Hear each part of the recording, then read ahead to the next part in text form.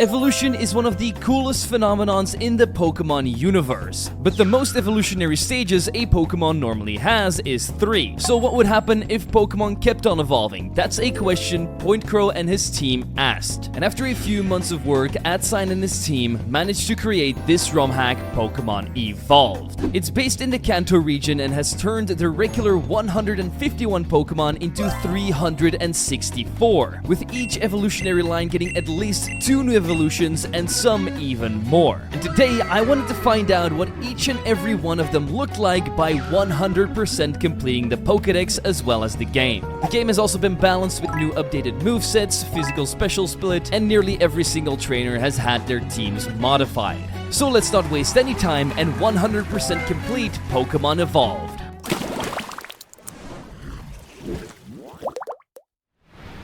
First things first, I had to name my rival after the genius behind this ROM hack, Point Crow. He also made his own video on this game, which if you haven't checked out already, you should definitely do. After this, I got stopped from touching grass by the professor, which meant I had to go back inside and degen out this video. Oh, and pick my starter Pokemon too. These days, I get the feeling that Squirtle doesn't get a lot of love, so I decided to go with the little turtle, which was easily able to beat up Crow's Bulbasaur with a few tackles. I then picked up a package back in Viridian, brought it back, and got the professor's balls. With these, I returned back to Route 1 and used them to capture my first Pokemon, Venonat. And you may think Venonat is never on this route, what are you even on about? But a lot of encounters have in fact been changed because every single Pokemon is going to be available to you.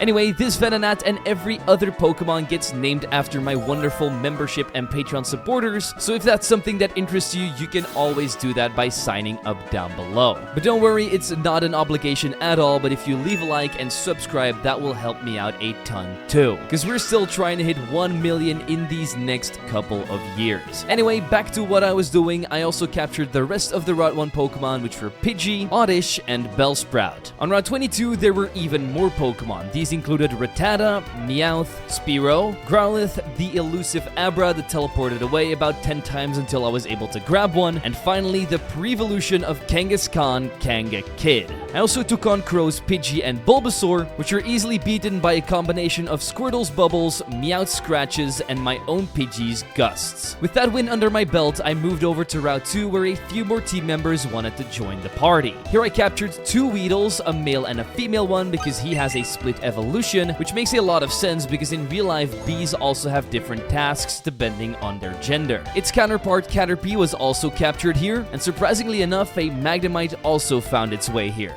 Viridian Forest was our next destination, but there were no bug Pokemon to be found, at least not ones that I didn't have yet. Instead, I captured the Pokemon mascot Pikachu, Mankey the Pigmonkey, Tangela the Spaghetti Monster, and I also did my very first evolution, Pidgey into Pidgeotto. I then reached the rock-hard Pewter City and its gym leader Brock, who had buffed up his team with a couple of fossils, and he brought out Lord Helix first. But all you have to do is touch these fossils with a little bit of grass and they go down instantly. And that's exactly what Sandra the Tangela did. The last Pokemon Onix lost its balance after just one single low kick from Jamal the Mankey, and just like that, the Boulder badge was ours. I moved on to the next route immediately and defeated a Trainer Gauntlet so my Kakuna could evolve into Beedrill, Metapod also turned into Beautifly, and finally Oddish into Gloom. The only reason this happens is because a lot of evolutionary levels have actually been toned down, so you can get to those juicy new evolutions more easily. And Route 3 here was packed with Pokemon that would evolve quickly. Sandshrew, Jigglypuff, Ekans, Machop, Clefairy, and the 2 Nidoran siblings all joined the ranks. I then got invited to go caving with Team Rocket, which is horrible by the way. I don't understand why people would ever go caving, and in the Pokemon world, it doesn't only get narrow and dangerous, here you also have Zubats that fly in your face every 5 seconds. So of course, I had to pick one up for myself. Geodude and Paris were also captured in this cave, but we also got 2 very important items. The Moonstones. I already had a few contenders that could evolve with these, but I ultimately went with the Nidoking and Nidoqueen duo, who are going to be strong in the early game no matter what. And they immediately came in handy against the battle with the scientist at the end of Mount Moon, who now had a Ditto as his starting Pokemon. He didn't even have time to transform as I kicked this blubber in the face, which obviously turned him into a puddle of goo. The same happened to Porygon, and Voltorb didn't stand a chance either. We then get the pick our very own fossil, and while I personally love the Dome community, I really wanted to see what they did with Ammonite's final evolution, so I picked him up. We luckily got out of there unscathed and then reached Cerulean City, where I immediately started preparing for my gym battle with Misty by evolving Magnemite into Magneton, Bellsprout into Weepinbell, Kangakid into Kangaskhan, Machop into Machoke, Paras into Parasect, Rattata into Raticate, and our first two new evolutions, Butterfree into Butterflare, who trades in the flying type for the fire type, and Beedrill into Beebrute, who stays bug poison but becomes way stronger. Now that we've seen our first two new forms, I would love to know in the comments down below what your favorite one of the entire video was, so leave it down in the comments below when you're finished. Speaking of finished, let's do that to Misty. She leads off with Gyarados, who immediately ducks back into the pool once Magneton electrocutes it. Next up was Golduck, who I was able to put to sleep with Gloom, then swap out into Beebrute, who could spam Twin Needle until we forced out her final Pokemon and A's Starmie. And I think Misty's brain broke at some point here because it kept on using Camouflage, which does no damage, so we could easily finish it off with a few more Twin Needles. With the Cascade Badge acquired, we could move on to Nugget Bridge immediately, where we would take on Crow. And I needed to test Butterflare's strength, so I put him up against an opponent that he's normally weak to, his Pidgeotto. And all we had to do here was put it to sleep with Sleep Powder, and once it woke up, put a burn on it with Will-O-Wisp. Then I kept on spamming Fire Spin, and with the damage racking up over time, we would easily overpower the bird. Beebrute then took care of Kadabra with a single Twin Needle, Kangaskhan Dizzy punched Raticate back into the sewer, and Ivysaur fell to even more stings. On these next few rounds, there was only one Pokemon available to me, and that was Psyduck, and once he was added to the Dex total, I beat all the trainers and reached Bill's house, who turned into a new Clefairy form that looked awfully human-like. Scared out of my mind, I took his SS ticket and booked it to Route 5.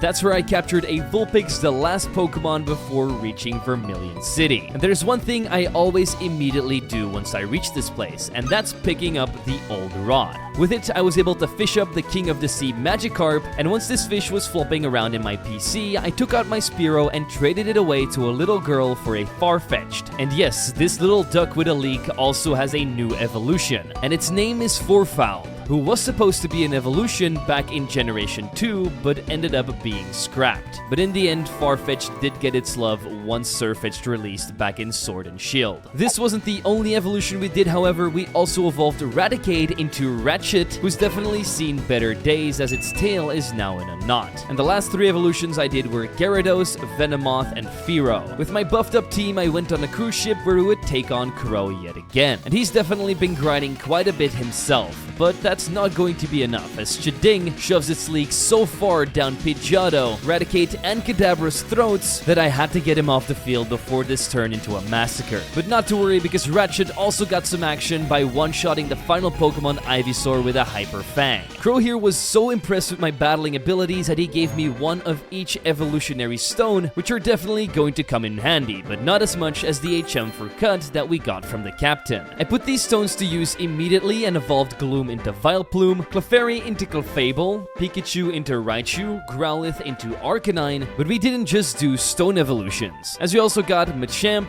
Golduck, Primeape, Tangrowth, Persian, and Arbok. But this is where the real fun started, as I was about to uncover a ton of new species, starting with the dark flying type Sneero that definitely represents Galarian Moltres, the ground steel type Sandslam, the ghost flying type Fountain, Butterflare's evolution Pyrefree, and last but not least, Nottip, which is of course Python backwards. I then built my team and challenged the war veteran Lieutenant Surge to a battle, and he was not prepared for my Sandslam's magnitude, who one-shot his Electrode easily. Same goes for his Jolteon, only he went down to a single Heatwave, but then he brought out the big guns Gorochu, Raichu's unreleased evolution that should have happened back in Generation 2 and has now been made real right here. And despite him having an incredible design, he was no match for Nottip's Poison Fangs, as two of them dealt with him. His last team member was an Electivire, and with one more magnitude from Sandslam, the gym shook and we got our next gym badge. But I wasn't ready to go to Rock Tunnel just yet. I made a quick pit stop in Diglett's cave to grab a Diglett, and traveled all the way through it to do a trade for a Mr. Mime after I gave him my Abra. Just outside of Diglett's cave, I also found a Drowsy and Voltorb that I picked up, and Straight after, I reached Route 9 where I captured Doduo, Poliwag, and Cubone, but also fished up a Horsey. I then entered a dark hole, and inside I captured a Rhyhorn.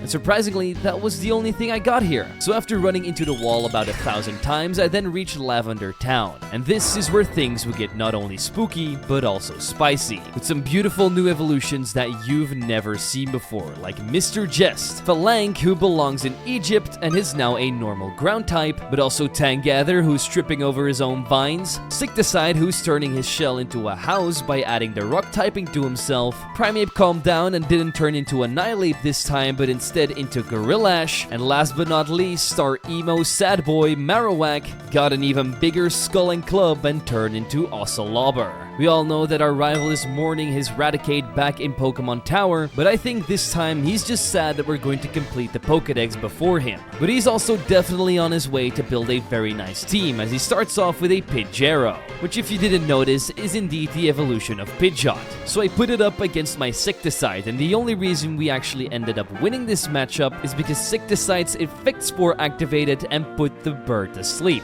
From there on we could use Poison Jabs to finish it off, and then Gyarados' evolution Hydrodose could hit the field. I do have to say that he just looks very terrifying at this point. I have no idea what he's about to resemble, so I brought out Tangather and used Sleep Powder with a Mega Drain combo to drain him of his life force. For his Arcanine, I brought out Phalanx and used Fake Out and Slash, which didn't end up being enough, which means the age-old battle of cat versus dog is once again being won by the dogs. But not even dogs can stand up to big monsters that can hit you with a giant club. So once Arcanine got boned, he decided to send in his Eco Sour.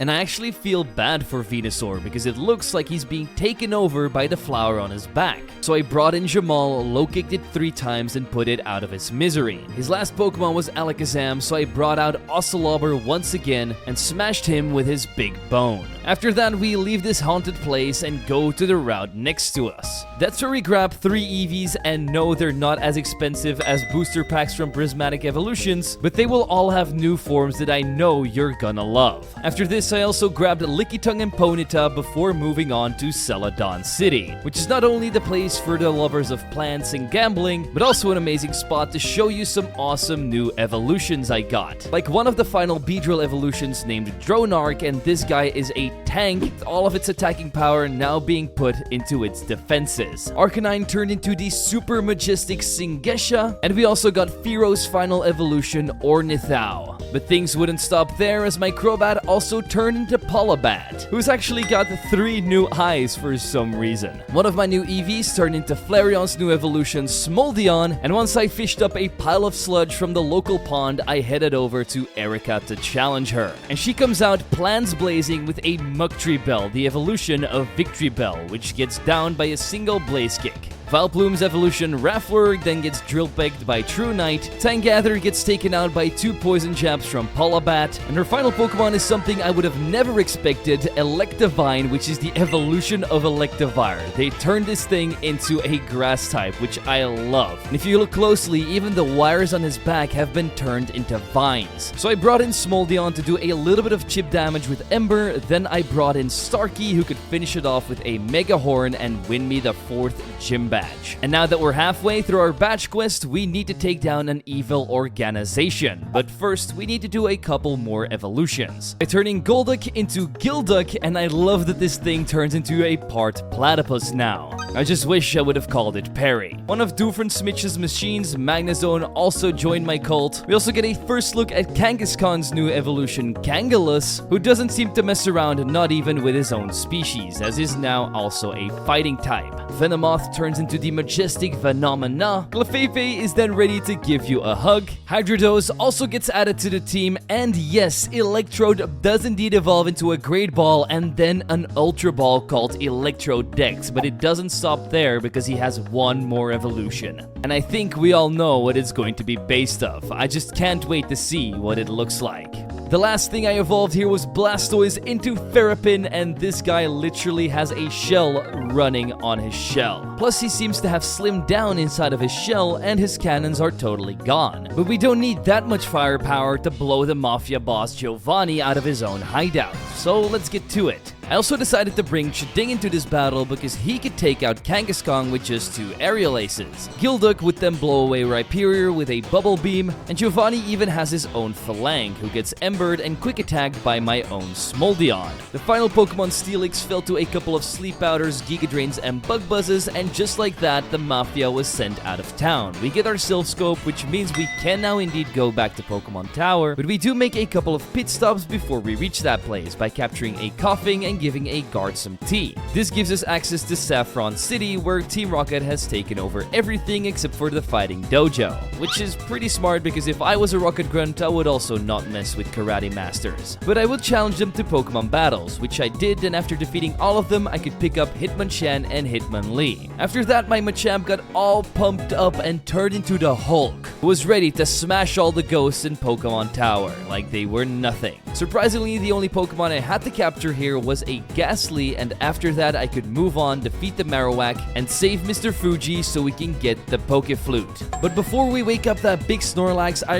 really wanted to save Silph Co first. Those employees have been overworked way too much, and it's time for us to lay some of them off. And with them, I of course mean all of Team Rocket. But to do that, I'm going to need some help, and I already know Crow is just going to be standing in my way. So instead, I decided to do a few evolutions, like the next evolution of Gyarados Dracosmic, and also Fortoise, whose shell is definitely becoming too big for him to handle. Sandslam then evolved into Ferrodillo, making it even more armored than usual. Ratchet turned into the evil Ratterule, who's definitely got a couple of evil plans cooking up in that noggin of his. Nidoqueen turned into Nidoriggle. I also got my own Pidgeotto, who then turned into Pidgeozone, a super fast bird that can now nearly break the sound barrier. Gorochu also joined the team, and finally was Rapidash's new evolution, Combustang, who seems way too hot to ride on. Now we're fully prepared to take on all the Team Rocket goons and Crow, so let's start with him. And this man has been around because he switched out his Pidgeot for a newly acquired legendary bird named Moltres. But legendary or not, my Ultra Ball always wins either by catching or knocking it out, and this time we did the latter with a Thunderbolt. Next up was Singesha, who got blown away by a Hydro Pump from King. His own Dracosmic then hit the field, but we still have our Ultra Ball in the back, and with yet another Thunderbolt, we get one step closer to a victory. He then brought out Vuhudu, one of the evolutions of Alakazam. This thing put so many curses and spells on my Fortified Turtle that it eventually even broke down, but not after hitting it with a few Flash Cannons, which is a move my Clefairy also carried. So I sent it out, hit it with 2 more of those, and sent it back to the cursed jungle where it belongs. Speaking of jungles, Terrarisaur looks like he actually has one on his back right now. So I brought in Kangaskhan, who hit 2 Dizzy Punches, which didn't end up being enough to take it down, and because it set up a growth, special attack was now boosted, which allowed it to one-shot me with Sludge Bomb. But we have the perfect counter, as Dracosmic can now come in, hit an Air Slash, and win me the battle. This gives us access to the Giovanni battle if we want, but I first pick up my Lapras, and waste no time evolving it into its next form, Lockglass. Machoke also hit the gym even more and turned into a Bombachulk. My Mugtribel then swallowed even more poison and turned into Carnibel. Kingdra got promoted from the King of the Sea to the Lord of the Sea. We also see Vaporeon's 2 new evolutions, Rivion and Braineon. Dugtrio triples once again and is now Dugruppel, and once he evolves again into Unearthlet, those moles turn into legs, and I'm really liking what this is turning into. But this isn't even its final form,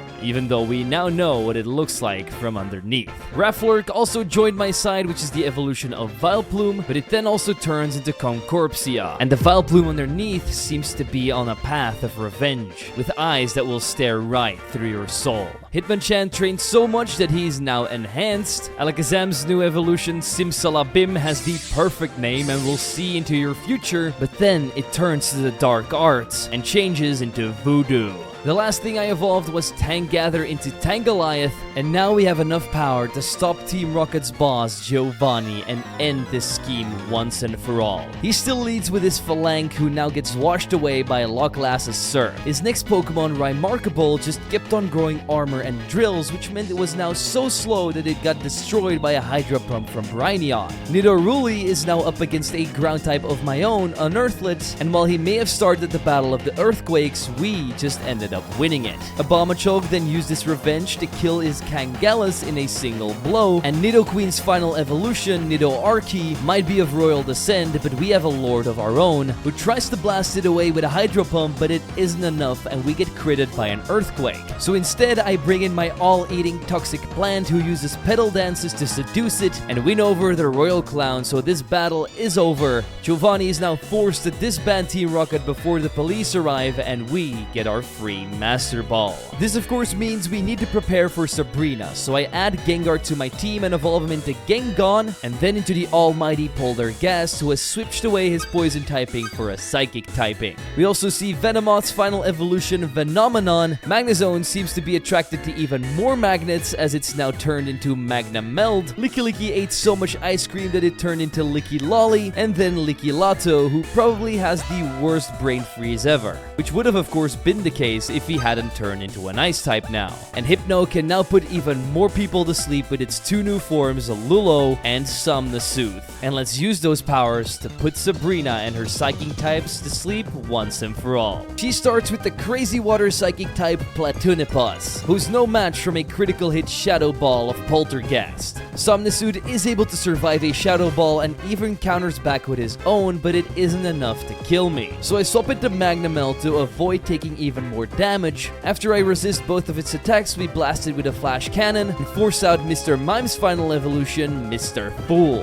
He might be laughing now, but once I brought out Phenomenon, a single bug buzz was enough to send it back to the circus. But what she would send out next was a feast on mine and everybody else's eyes. Its name was Sarkards, and this is indeed the final evolution of Alakazam once it's been taken over by the own voodoo curses it lays down on everybody else. Consumed by all of its hatred, it's now a psychic dark-type monster that proved very hard to kill as Somnasooth and Lickilito tried their very best but both fell to psychics. I then brought out True Knight, who used its Nice Slash to finish it off and hit yet another one on the final Pokemon Electrodex before falling to a Thunderbolt. I then required one more Bug Buzz from Phenomenon to end this hard-fought battle. And while many of our team members may have fainted, it was not in vain, as we now have the Marsh Badge. I was about to take on the road to Fuchsia City, but couldn't start yet because I had a couple more evolutions to do. Those were getting my own Mr. Fool, Nidoruli, and Nidominate, the final evolution of Nidoking, but also my own Remarkable, who grew so much stone on his own body that he turned into a relic,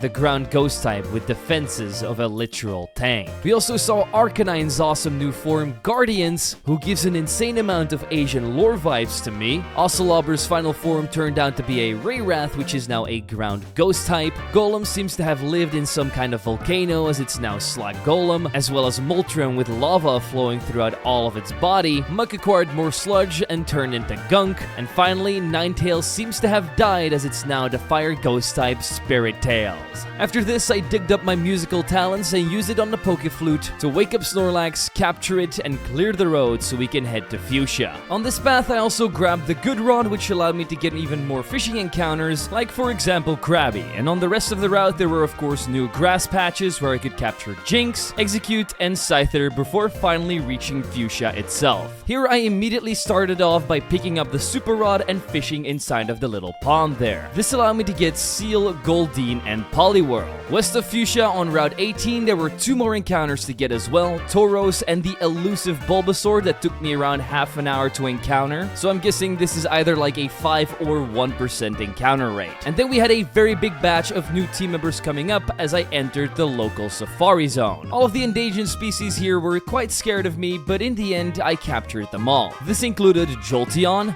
Blissey, Exeggutor, Dratini, the evolution of Pinsir, Pinsirier, but also Magmar, Scizor, and last but not least, Chansey, which once again took me over an hour to get because of its very low catch and encounter rate. Everybody who hunts in the Safari Zone knows this is the most elusive encounter, and here in Pokemon Evolved, it's no different. And after picking up the HM for Surf, it was time for me to move on and do some extra evolutions in preparation for Koga. I evolved Magmortar into Magmor, which is now a fusion between Magmar and Magmortar, and I'm not gonna lie, I kind of prefer the regular form. Snorlax finally got up after 25 years and now turned into Actlax. Scizor went from an attacking beast into a more defensive one named Razor. Jinx doesn't get any prettier when he turns into Jinkies. Hitmonlee seems to have fused with Hoopa and turned into Clairvoyant, the fighting psychic type that can kick you even with its eyes closed. Poliwrath also has 2 new evolutions, Politoes and Poliwise. Kingler hardened its shell so much he turned into Cracklaw. Somehow Dodrio grew another head as he's now turned into Quadodo. Jugong's evolution Preciped looks way more majestic. Wigglytuff's bottom is now covered up by a cloud. Blissey's evolution is a real go-getter. And finally, the female evolution of Beedrill turned out to be Strike. Speaking of striking, let's see if we can do that to the Ninja Master Koga. He now leads with Adnokana, the final evolution of Ekans. And while it might have Intimidate to lower my attack, it isn't enough for me to not kill it with Zen Headbutts of Clairvoyant. Yes, we got hit very hard with a poison jab and a glare paralyzed us, but we have different team members to work with. Like Jinkies over here, who did not just get one shot by a crunch from his Visibat. Time for a do-over. I of course meant to send out Poliwise, who with an Ice Punch Zen Head combo can knock the bat down. Razor then only needed 2 Iron Heads to take care of Gunk. Raturul literally got squashed by Actlax's Body Slams, and the final Pokemon, Choking, was a menace to all the clean air in the surrounding area, but luckily for me, he also realized that and made himself explode, so we could claim the Soul Badge as the 6th one in our collection. Now, normally people would just go to Cinnabar Island to face Blaine, but we have a few more stops to make. Starting out by getting the HM for Strength by playing somebody's Dentist, then using Surf for the very first time to capture everybody's favorite Water-type Pokemon, Tentacool. Next on my list were the Seafoam Islands, where we used Strength to navigate the cave, and also captured Shelder. But in the deepest parts, there was a legendary bird hiding. It was, of course, the Ice-type Articuno, who was just standing there menacingly until I captured it in my Ultra Ball. And yes, even legendary Pokemon will be able to evolve, so make sure to watch till the end if you want to see them all. I then went back to Vermilion to fish up a Staryu, and shortly after, we sailed the 7 seas onto Cinnabar Island. And you might know of a certain glitch Pokemon that's normally only available in Generation 1. Well, Missigno is also available right here if you serve at the side of the island. And because he won't crash my game here, I'm definitely going to be adding it to the team. I also extracted my Omanyte from a fossil and went back to Pewter to pick up the old Amber, which I turned into Aerodactyl straight after. Now, I would go and challenge Blaine, but of course his gym is locked, so we have to search through the Pokemon Mansion to get it. But that was not the only thing we found here. I also grabbed a Ditto, Kabuto, and Charmander, who both had really low encounter rates, but they are here if you're searching for them yourself. I then picked up the secret key, and of course, before challenging a gym, we're going to be doing even more evolutions. These were Jinkies into Jeepers, Golem into its final evolution, Volcanicol, who also got his 2 arms back from when he was a Graveler. I actually always wondered where those went in the first place. We also see Tentacool's 2 new forms, Tentacate and Tentaboma, and I guess you can never have enough tentacles and eyes, because this guy looks like an abomination. In a good way though, I just wouldn't like to run into him while I'm diving. We also see Kabutops returning to his roots as a Genesect with Kabutak and Kabustion. I figured Aerodactyl might turn into Ridley, but instead I got Mandiluft and Ambalathic, which I feel like is definitely inspired by the Pteranodon. Amistar's 2 new evolutions see it turn into a giant squid that can probably blind you with the amount of ink stored in his body. Starmie got a bit more considerate and turned into Starus. We also got our own Visibat, Gogetty evolved into Luki. Cloyster got a bit more aggressive instead of defensive and is now an enemy. I love Ditto's new form Morpho because he's literally just screaming. And we also created our own Smogalord with Heaving and Choking. Now let's see how some of these new guys do against the Fire-type bald man, Blaine. He leads off with Imsect, the final evolution of Butterfree, who's gone totally mad with fire. But it's also so weak that it goes down to a Pebble Throw, which is what Omicus is specialized in with its ancient power. Volcanicol is also 4 times weak to Surf, so we extinguish it with Tentaboma. Infernion looks super beautiful and majestic and even tries to avoid some of my attacks with Double Team, but Kabustion turned out to be a bit too strong for it. He then brought out the Cavalry with Nightmare, but it's also known as the Horse of Hell. And it wouldn't go down to an ancient power as I thought, because now it's a Fire Steel type, and it has speed boost as well, which is going to make it faster each and every turn it's still alive. So I swapped out Ambalithic for Brawny real quick and used Earthquake, which put it into an early grave. Blaine's next Pokemon was the Fire-Water type Teclauno, who's so strong and bulky that an Earthquake doesn't even scratch it. And with just 2 Crabhammers, my Ball of Fire is totally smashed into a million pieces. But this time we have our Pterodactyl in the back who can hit it with yet another ancient power, which leaves him with Mag Molten, who might have added armor to his body, but this does not make him a steel type. But he is able to blast my bird out of the sky. So I bring out the giant squid Omagus and use serves and hydro pumps to extinguish his flame and get the volcano badge. Once you then step foot outside of the gym, you normally have the opportunity to go to the Sevi Islands. But here Bill just says the Sevi Islands are boring, which is true. But he also tells me that Cerulean Cave is now open and Mew and Moltres have also been spotted somewhere around the region, which means we can go and capture every single legendary we want from this point onward. And we all know about the huge mystery of the Mew that's hiding under the truck, but in this game they actually put Mew under the truck in the harbor of Vermilion City just for you to go and capture it. And just like that, the only mythical Pokemon in Generation 1 is now ours. We then moved on to Cerulean Cave to capture the most legendary Pokemon of all time, and Mew's brother, it's of course going to be Mewtwo. He was a stubborn little fella, but I was not about to waste my Master Ball on him, so after a few battles and a lot of Ultra Balls thrown, the OG genetic experiment is now mine. I also heard a distress call coming from the power plant, but I wasn't able to reach the end until I captured 2 more Pokemon that I didn't have access to yet. Those were the mystery PC Pokemon Porygon and my favorite electric type line, Electabuzz. In a shocking turn of events, we also captured Zapdos here inside of an Ultra Ball, and then we left the power plant to pick up some bits and pieces that we hadn't picked up before, like Onyx in Rock Tunnel, Slowpoke in Viridian City, and I also went to the game corner to spend all of my money on a Pinsir, because while we might have his evolution already, we don't have his base form yet. That was all we had to pick up before our next gym battle, but of course we need to do some more evolutions too. I also got my own Insect, Platinopus, Infernion, Adnocana, and Bonumbel also joined my side, plus the giant mythical beast Sarkarts. Tangrapple, who doesn't seem to have as many vines anymore, will easily beat you up in a one-on-one fist fight. Muck's last evolution, Scum, can easily poison an entire river if he wanted to. Porygon Z also had a few new evolutions, starting off with Porygon X, who was just a stepping stone for the almighty Porygon Q tank. I also did my very first legendary evolution, Articuno, into Snow One. Blastoise is now officially an entire bunker, and its name is Turtillery. Seeking is normally a Pokemon I absolutely don't care about, but with its 2 new evolutions, I actually like it.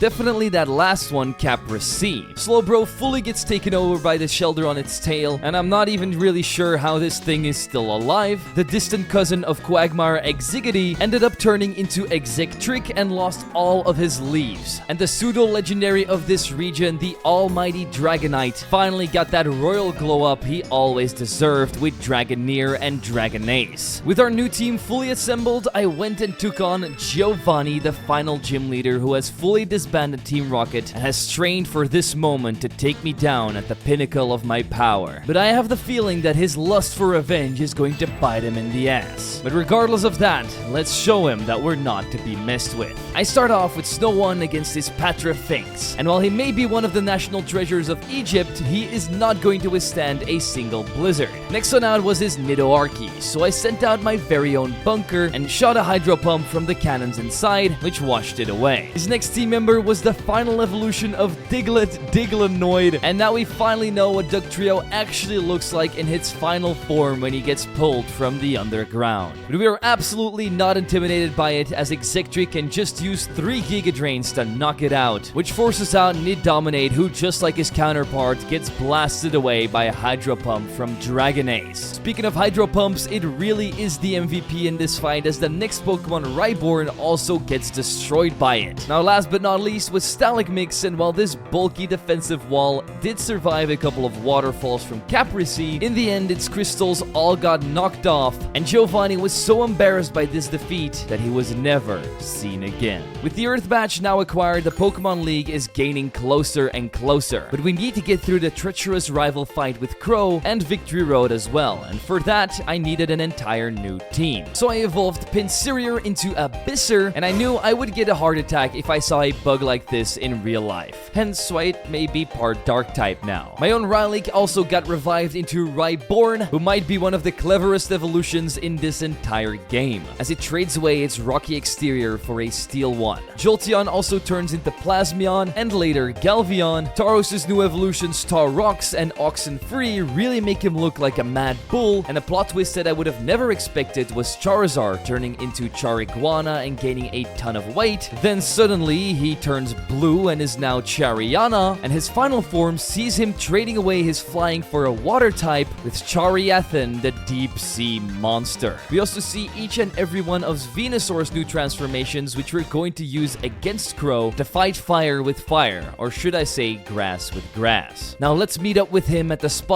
where we had our first real battle with him, doing the exact same thing we did back then by destroying him once more. His Moltres has now also evolved into Ignithri, but this sea monster of mine puts out his flames in an instant. He also has a Relic of his own, but because this thing is already dead, we easily overpower it with 3 Giga Drains from Simbisaur. I then send out Oxenfree against this Quasar, the final evolution of Gyarados, and I don't know why, but literally every Pokemon that lives in the sea just turns into a monster. And while we do bring it down indirect with 2 Thrashes, we are not strong enough to send it back to the ocean, so Galvion has to come in and hit it with the extreme speed. Next out is Guardians, the Fire Dragon type, who is no match for Chariathan and his Hydro Pump and Dragon Breath. Sarkars is next, and yes, last time this thing might have been a menace against me, but this time I am prepared and used Earthquake with Rhyhorn combined with an extreme speed from Galvion to knock it out, which leaves him with just Simbisaur. So I bring out Abyssir and nearly slash it up with 2 X-Scissors. But of course, it wasn't quite enough as it lived on 1 HP, and because it set up a growth, its special attack is now boosted and 2 Sludge Bombs are enough to force me out. But what better way to end this battle off with Simbisaur versus Simbisaur, as we just need one more attack to win and clear the path to Victory Road. Inside Victory Road itself, we only had one more thing to do, and it was capturing the legendary Pokemon Moltres, which I used my Master Ball on. And now that we've captured every single species of Pokemon, it's time to move on to the league itself. But when I checked my Pokedex, I was only at about 255 Pokemon, which left me with 99 left to go. So strap in and get ready to see every single Pokemon's final evolution right here and now. Starting out with Diglenoid, the ground fighting type, then Paliath, the smartest and strongest frog in all the lands, Fungalith, who can easily be mistaken for a rock or a mushroom in a forest. We also get our own Ticlano, Quasar, and the pinnacle of the sea creatures, Spinadra. Nidoarchy, Pidgefer, and Nightmare also joined my side, but we aren't even halfway through. There's also Titan and one of my personal favorite ones, Dodozan. We're sending this entire video to the moon as well, and Clefairy is going to have to retrieve it in its super cute spacesuit. Pikachu's last form, Stromachu, is also here, even though I prefer Gorochu.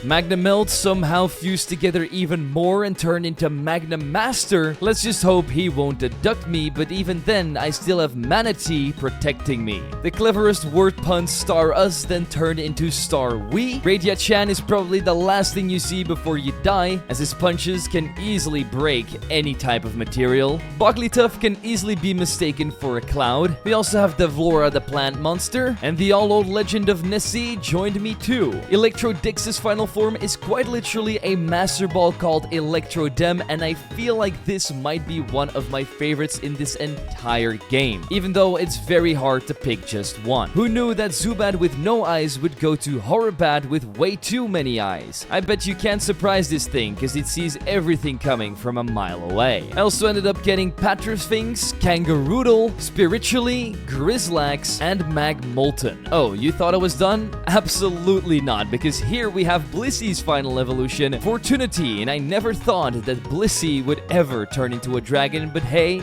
here it is. Cloyster got one of the biggest glow-ups in Pokemon history, as it's now turned into Glacial. Razor turned into a Claymore from Call of Duty, watch out, because he will explode if you run past him. Morpho kept on screaming for his entire life, and eventually it turned him into Metamorpho. We also have Yokai Yubi with the Tails of Death, and Porygon 2A4, who can cause a lot of death, as it's now a full-on artillery truck. And strap in, because here we have my favorite new evolution of this entire game, Electivine and Electiviz. Gengar also wasn't done evolving just like his Mega Evolution, because here we have Grim. I don't know why, but all of these Steelix evolutions look amazing to me, and I had no idea Dragonace had another evolution, but Dragontail is definitely a fitting final evolution for Pokemon Evolved's only pseudo-legendary. Speaking of legendaries, those are going to be the final batch of evolutions, starting with the legendary birds Frostunus, Ignithri, and Infernitri. The last of these three were Shockatou and Volduo. I never knew Mew was going to be even cuter, but then I saw New. Unfortunately, its last form, Iota, kind of ruined it for me. But we have Mew 3 and Mew 4 to make up for that. I mean, just look at these two. They might be some of the best designed legendary Pokemon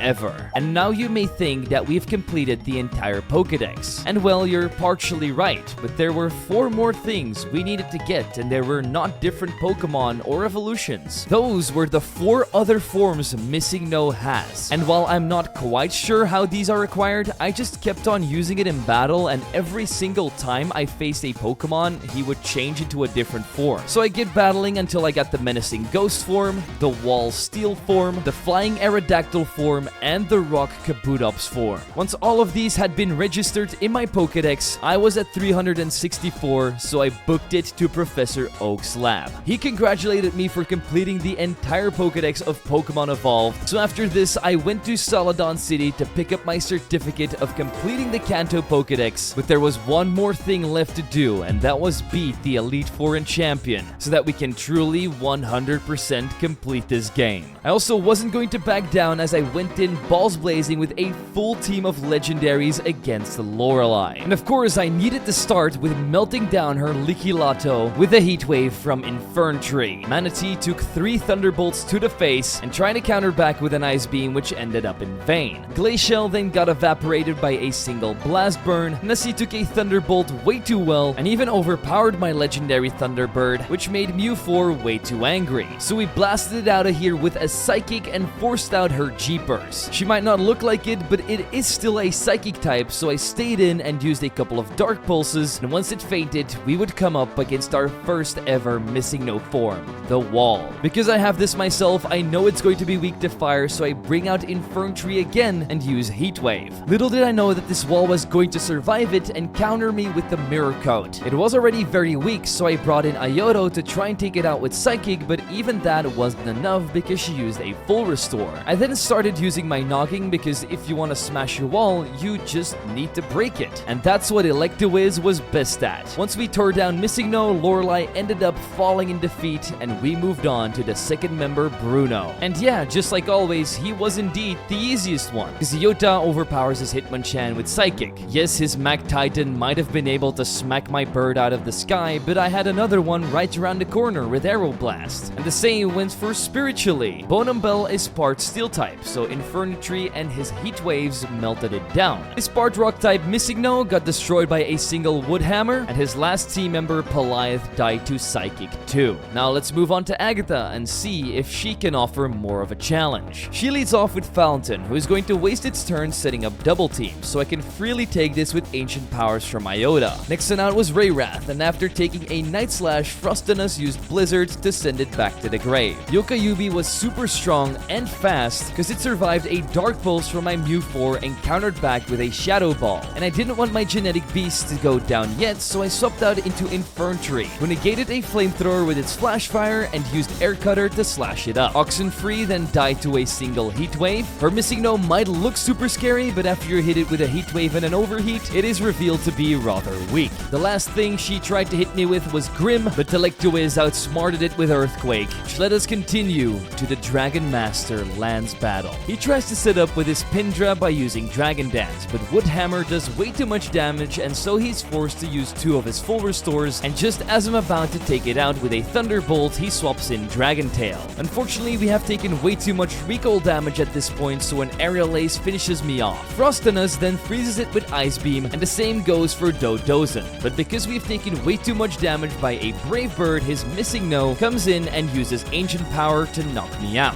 Mew 4 then comes in, who sweeps up Missingno, Quasar, and Pinadra with Psychics, and his last Pokemon turns out to be Fortunity, the normal Dragon type. So I swap in Volduo, spam a Thunderbolt and a couple of Aeroblasts, and just like that, the amazing Lance falls to his knees. But our journey doesn't end here. We still have one last battle with Crow to determine who the real strongest man in the region is. So let's clash it out once and for all. He now has an Inferntree of his own, but instead of hitting me with something like a Flamethrower to kill Electawiz, he just sets up a double team, which allows me to shock him out of the sky with Thunderbolt. Dragontail, as usual, is no match for a single Ice Beam. Rhyborn, more like Rye dies. Let's kill it again with a Heat Wave. Sarkarts kept on surviving Wood Hammers, and eventually Crow had enough of it and swapped them out for Simbisaur, who finally got his first kill with Sludge Bomb. But we have 3 legendary birds, so I was not scared of a walking plant. And I was right, a single Blast Burn from Moltres ended up doing the trick. Sarkars was back for more and survived more Thunderbolts and Arrow Blasts due to his full restore spam. But that game wouldn't keep on going, because once I got the crit, he went down. This left him with one more Pokemon, his legendary Mew 4. So I matched his energy and threw out my own. And even though I am higher leveled, I was not able to one-shot it with Dark Pulse, and it countered back with a Shadow Ball to win the mirror match, but we still had a lot in the tank. So I brought out Iota to destroy his clone by throwing heaps and heaps of rocks at his face. And with the final blow being delivered, we become champion of Pokemon Evolved, which marks the end of our 100% journey.